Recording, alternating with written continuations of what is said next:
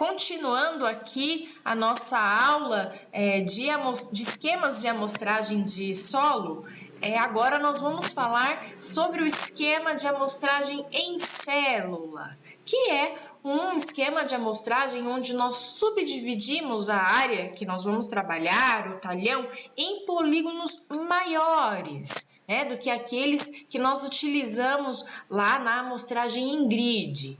E outro diferencial aqui é que as subamostras, elas são coletadas em toda a célula, em um caminhamento em zigue-zague aqui, percorrendo toda a célula, ao contrário aí do que nós fazemos aí quando utilizamos grids, onde nós coletamos amostras, subamostras em torno de um ponto central. Isso foi falado aí na primeira parte da área. Aqui não. Aqui as subamostras elas são coletadas em toda a célula aí, em um caminhamento em zigue-zague. Então, uma representação aqui, ó, aqui é o caminhamento que o coletor vai fazer, que está aqui em vermelho, e ao longo desse caminhamento em zigue-zague são coletadas subamostras, que depois são homogeneizadas e que vão compor aí uma amostra composta que será atribuída a toda essa célula aqui. Então, como que vai ser então a atribuição aí dos resultados da análise de solo? Os resultados, os atributos de fertilidade, os resultados serão atribuídos a toda a célula. Aqui nós não realizamos interpolação, como é feito aí quando utilizamos o esquema de amostragem em grid. Aqui nós atribuímos então os valores, os resultados da análise de solo a toda a célula. Tá? Temos que nos atentar que aqui ainda vale aquele cuidado com a identificação.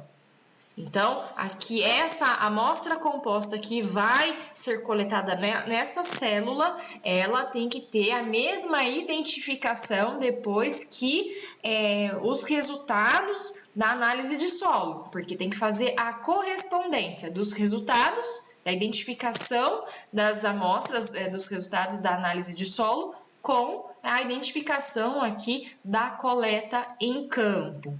Então, um exemplo aqui de como é atribuído o resultado, esse mapa aqui é um mapa de V% dessa área que foi coletada no esquema aí de amostragem em célula, e onde nós temos aqui, ó, que nessa célula aqui o valor ele está de 40 a 50%, aqui de 50 a 60%. Então a gente vê aqui que para cada célula foi atribuído um valor aí, no caso de V%, que foi obtido na análise de solo.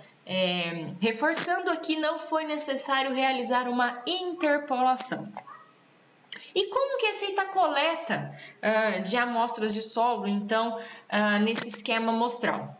Em cada célula, como eu já adiantei no slide anterior, é feito um caminhamento em zigue-zague abrangendo toda a célula. E nesse caminhamento aí, nós coletamos as subamostras, também aqui está bem ilustrado, homogeneizamos e colocamos, embalamos aí num saquinho, formando aí a nossa amostra composta. E é essa amostra que vai aí para o laboratório. Então, um fluxograma aqui de trabalho agora do esquema de amostragem em célula, que é o planejamento em escritório. Então, o que vai para o GPS aqui, no caso, não é a localização do ponto central. Nesse caso, nós não temos um ponto central. O que eu, particularmente, na prática, na minha rotina de trabalho, eu levo para o GPS? Eu levo esse contorno aqui, ó. Vou voltar aqui, ó. Eu levo esse contorno, o mapa com esses contornos aqui, para que eu chegue na área e também eu tenha a identificação das amostras. Outra coisa que eu levo para o campo são as coordenadas aqui do caminhamento. caminhamento. Isso aqui a gente consegue levar esse caminhamento aqui para o GPS. Vocês vão aprender isso aí nas aulas aí do curso. Então, eu levo isso para o campo e não somente uma localização, a localização de um ponto central.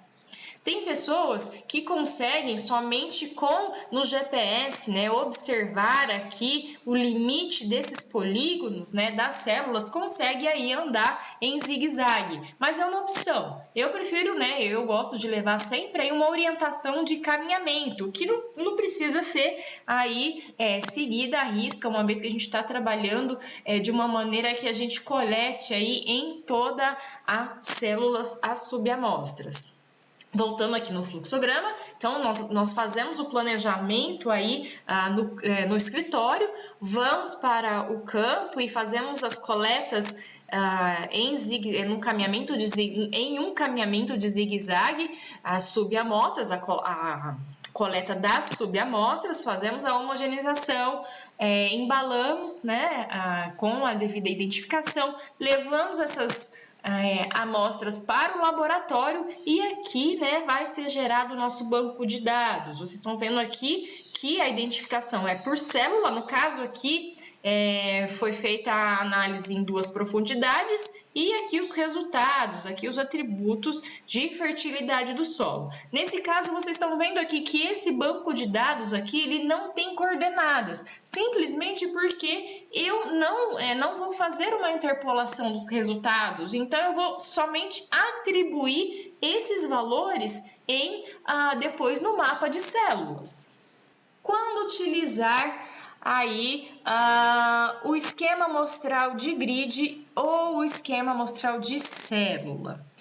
Nós utilizamos grid em áreas maiores, em áreas em que eu consiga coletar um número de pontos amostrais maior que 30. Por que 30? Porque é um número que vocês vão ver depois lá na aula de interpolação, um número mínimo aí que nos garante uma qualidade da interpolação. Interpolação é um processo aí de geração de mapas. Então, vocês vão ver que para utilizar a geração de mapas por meio de interpolação, eu preciso de um número mínimo de pontos, que no caso aqui a gente considera de 30. Então, em áreas em que eu consigo coletar um número maior de amostras, de pontos, em pontos amostrais acima de 30, eu posso utilizar aí tranquilamente o esquema de amostragem de solo determinado grid.